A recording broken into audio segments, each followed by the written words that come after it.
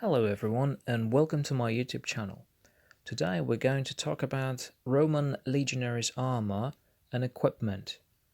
To start with, let's take a brief look at the most iconic piece of Roman legionaries' armor called Lorica segmentata, literally translated from Latin as segmented armor. The term itself was first used as late as the 16th century AD by Renaissance scholars. The armor itself consists of semicircular iron plates connected with leather hooks and buckles. And now we're going to go into more detail about when this type of armor was first used and what constituent components it was made of. If we look at the top left-hand corner of the slide, we have shoulder guards with leather straps. Its main job was to protect the Roman legionary against potential wounds inflicted as a result of hacking and slashing of a sword from above. We also have the horizontal armor plates, which were connected to one another by straps and buckles, and in later periods of history, the armorers upgraded it with rivets to provide more stability and sturdiness as well as better protection during intense combat. Now, let's take a look at what the Roman legionaries wore underneath the lorica segmentata as a protective layer between the body and the armor. It was a tunic made of tightly woven fabric. Most of the time it was heavy wool, often accompanied by a belt with a securing pin. When it comes to size of the tunic, it was hanging from the shoulders and ending a little bit above the knee. The color of the tunic was usually red, being the most popular dye used in antiquity, at least when it came to Roman soldiers. But white tunics were also quite common. Now we're going to move on to discuss one of the most important components of the Roman legionaries' equipment. That is the large shield, also known in Latin as scutum. The shield itself was made of layers of wood, most of the time oak or birch. It was fitted in a precise pattern and finished with a paint job. Usually it was painted red. The shield was covered with oiled goatskin designed to hold the whole structure together and provide it with more strength. It was also reinforced with wooden strips added to the back. Occasionally a brass rim was added as an optional element for additional protection. Inside the shield, you will find a horizontal wooden or metal bar allowing legionaries to carry the shield. On the enemy-facing side of the shield, the whole is covered by a metal plate or boss with a round bulge. The grip was held overhand so that the shield could be easily used in defensive posture, or the shield carrier could use it to punch and knock his opponents down with it. One of the most popular formations of the Roman army was the so-called testudo. Testudo in Latin means tortoise.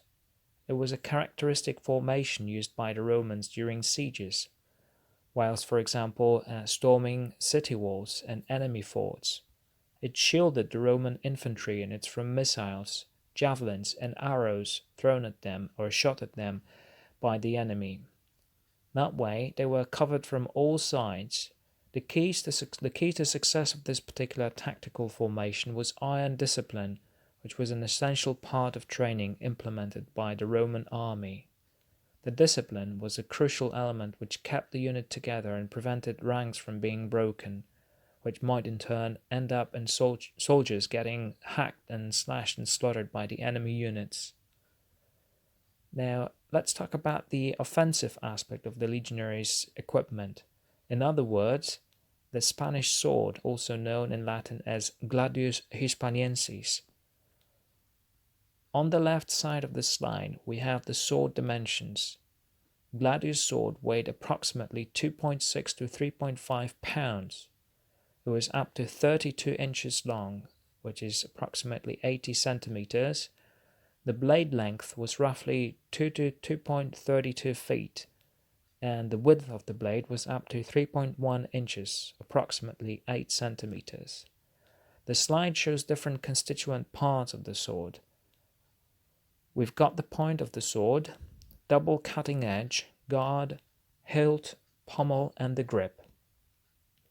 As regards materials used to forge the sword with, the Romans used steel of varying degrees of carbon content.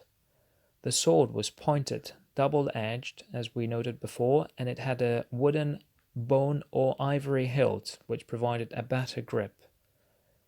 The gladius hispaniensis was mostly used as a stabbing weapon, rather than a cutting or a slashing one.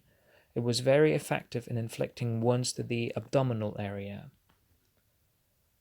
As regards the time period for this type of weapon, the gladius was used from the 3rd century BC onwards, and it resembled the swords used by Celtic tribes inhabiting the Iberian Peninsula during the conquest of Hispania, or modern-day Spain.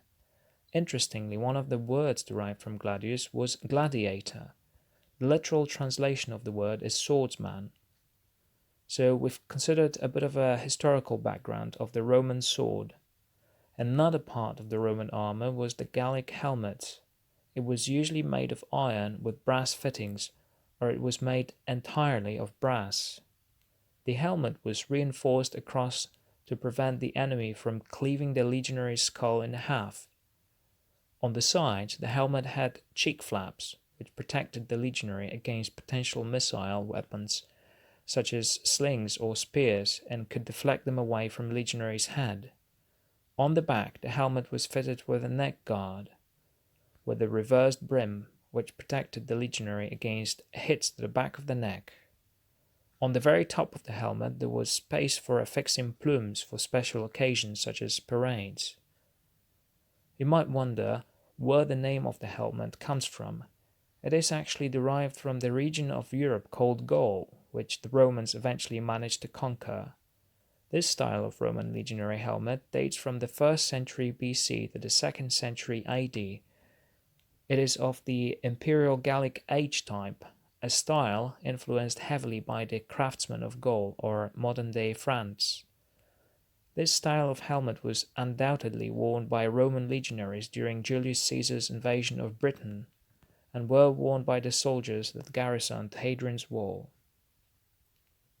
Now, the last piece of Roman legionaries' inventory we're going to discuss is the pilum, which was javelin or spear. Pilum was a 4-foot ash pole with a solid triangle of wood on which there was a riveted shaft of soft iron ending in a triangular tip. It was used as a medium-distance weapon of a Roman legionary, but could also be used in close combat. The only tactical disadvantage of it was that it was quite heavy, and due to the fact that the shaft was not made of steel, the pilum was susceptible to breaking and bending. On the positive note, legionaries often used pilum as a walking staff and as a support after long periods of marching or after a night of sentry. It was a bit of a burden to carry, which was virtually useless apart from combat. That's why the javelin or pilum was the very first piece of kit that Roman legionaries would toss away during combat. Due to its construction and its soft tip, it would bend on impact when it hit the enemy's shield, for example. Therefore, it would be very difficult to extract it. This in turn made it impossible to use the shield again and effectively disabled the opponent's defenses. To sum up, the Roman armor and other pieces of its accompanying equipment were superior pieces of kit in ancient times. In conjunction with advanced military tactics and iron discipline, it gave the Roman legions a significant tactical advantage over its enemies, and made Rome one of the most powerful and successful empires to ever rule the world for over a millennium. That's it for today.